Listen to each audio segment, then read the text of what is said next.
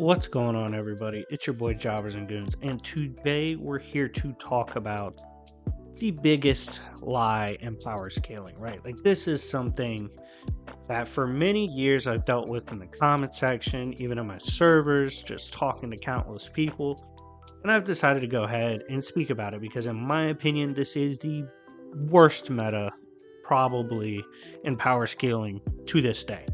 So what am I talking about? Before we get into this, make sure to smash the like button. Let's get 200 plus likes. If you like videos like this where I kind of rant and talk to you guys about aspects of scaling or mythos or lore, anything like that I disagree with.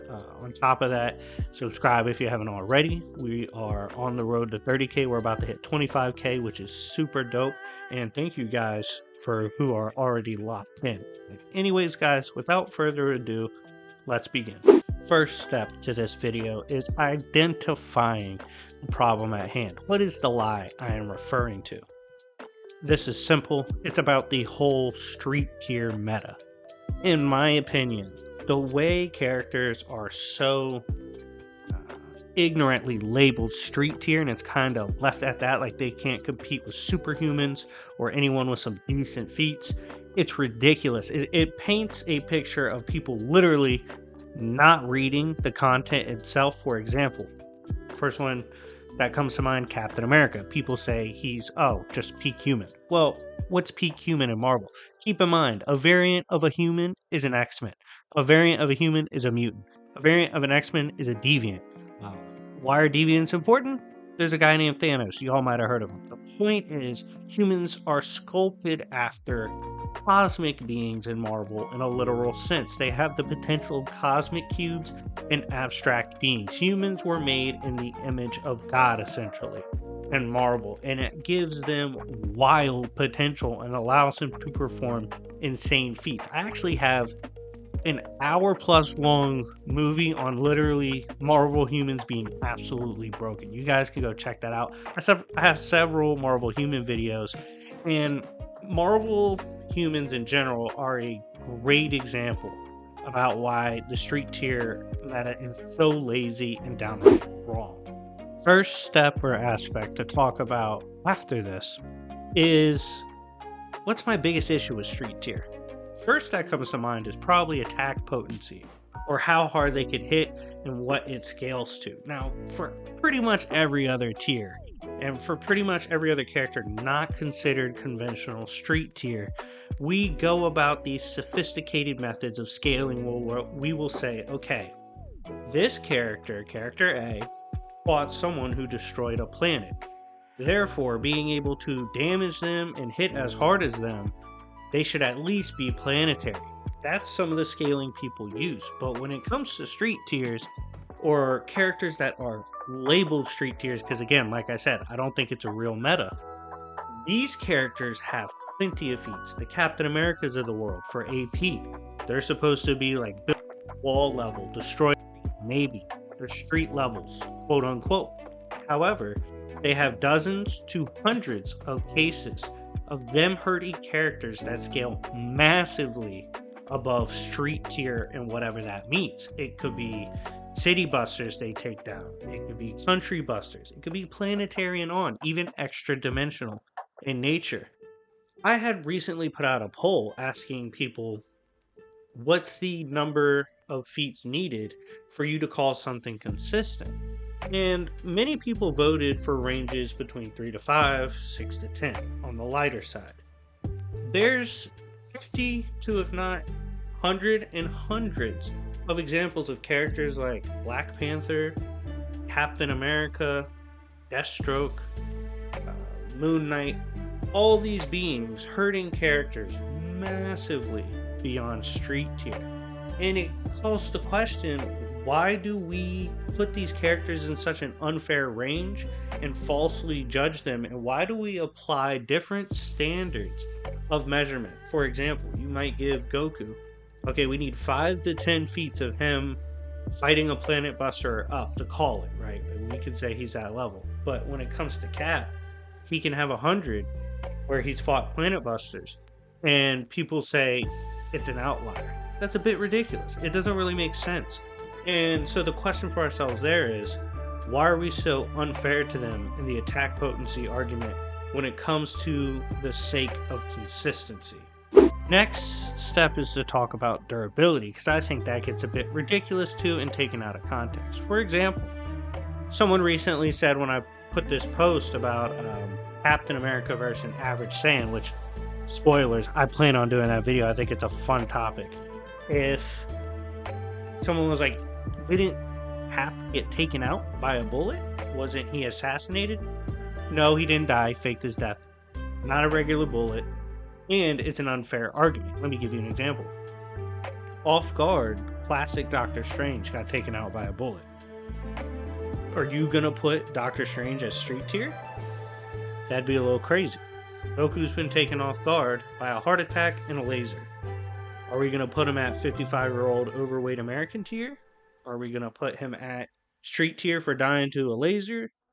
It gets a bit sticky, you know, the off guard stuff, people taken by surprise. I wouldn't necessarily count that as consistency, especially when you have countless examples of them taking hits from higher tiers. Whether Cap's taking hits from Guardians, he's taking hits from Thor and Hulk, he's taking hits from Ultron, Iron Man, all these beings getting right back up and being fine. To Batman, brawling with superhumans, taking on characters like Solomon Grundy, even though he does range in power, he's a superhuman bare minimum. And you see he takes down Lanterns as well. You go to Moon Knight. Literally one of his first appearances, he gets ragdolled by the Hulk, who's been extreme since the 60s. Shameless plug, go check out my video covering the entire decade of Hulk shenanigans. Point is, it's similar to the attack potency argument. Maybe they don't make things go big boom, right? Maybe y'all want to see big boom. You want to see them blow stuff up like 8-year-olds. That's fine. But that's not the same as attack potency. That's destructive capacity or capability. Those are two different things. And with that in mind, durability is in that same category of, if they have examples of dozens to hundreds of times taking damage well above street tier, why the hell would we constrict them to such a ranking? Next up is essentially like I guess we'd call it appeal to humanity, right? People say, oh, they're humans. They're human beings. They're not supernatural. Why would they scale above street tier? This is operating under the false assumption that all the verses we read in fiction, they operate like normal humans in real life. For example, Yujiro, anime and manga, he's not operating within the range of a normal human, yet that's accepted that he is high level, you know? He's not a regular human. The fact we would apply regular human status to him is crazy. Other examples in Kingdom with characters like Shin, Hoken being a character who can literally cut dozens to hundreds of people's heads off at the same time. Non-human stuff. Obviously not conventional human, like no regular human could do that. Yet we're calling them regular humans. It's this weird, like, subconscious downplay being implored when you say they're just regular humans. When regular humans in these different verses can do extreme things, they can do outrageous feats. They obviously don't scale to the humans in real life. So this whole weird downplay done with, oh, he's just peak human, or oh, he's just a regular human that's really athletic, it's not the same as real life. These characters scale way differently. We can't use that weird term to try to box them in. It doesn't work. Next step is speed, because this is another one that I feel gets lost in the sauce when it comes to people arguing against street tiers or arguing for them being a real standard. A lot of people assume street tiers is like Sonic to Hypersonic to maybe relative to FTL, right? When we have an insane amount of examples. For instance, we even have G.I. Joes, who you would definitely consider street tier. They could take on Transformers from IDW and other comics. It's crazy how that scaling gets. You then have characters like Batman, Nightwing, Taskmaster, Moon Knight. All these characters, Black Panther, Spider-Man, definitely one, Wolverine. All these beings are supposed to be street tiers, yet they have doesn't suit. They have more examples than the higher tier characters like Goku and Vegeta in them of moving faster, like having inaccessible feats, measurable speed, even irrelevant stuff. Sometimes it gets extreme. We even had in the 60s Daredevil literally swinging through an infinite dimensional realm. It gets ridiculous. It gets batshit crazy. Think about all this crazy stuff Deadpool's done. You take this label and apply it like they're slow or they're not tough, when they have more examples of higher tier speed feats than most characters in a way higher range, why would you apply street tier, and why would you think it applies to these characters with such extreme speed feats within their own verse? It's not really fair to the characters put in the street tier uh, in terms of the scaling. Now, to wrap it up, I would kind of be lying if I didn't admit it is indeed very hard to scale the quote street tiers. Captain America does a lot of stuff, takes down a lot of characters easily above planetary. Do I think he's walking around at Planet Plus solar system? I'm not sure. However, by the laws of consistency and by the laws of power scaling, yes, he would definitely be in that conversation.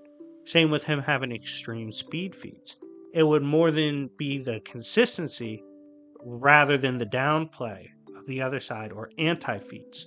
So then, according to the laws by which we play with power scaling, why would we not give more credit to street tiers? I do think it is more tricky. I think a lot of people aren't enough to say how strong these characters really are. But if this video does well, I'll make a series on street tiers, completely power scaling them and giving you literal instances one by one of them scaling above street tier to the point that you're going to sit back and look at the video and go, damn, we had like 150 instances above street tier. It is a ridiculous badge to throw on someone. But I definitely concede it is tough to scale them. But if you guys like this video, again, we'll do in-depth scaling on all the big street tiers.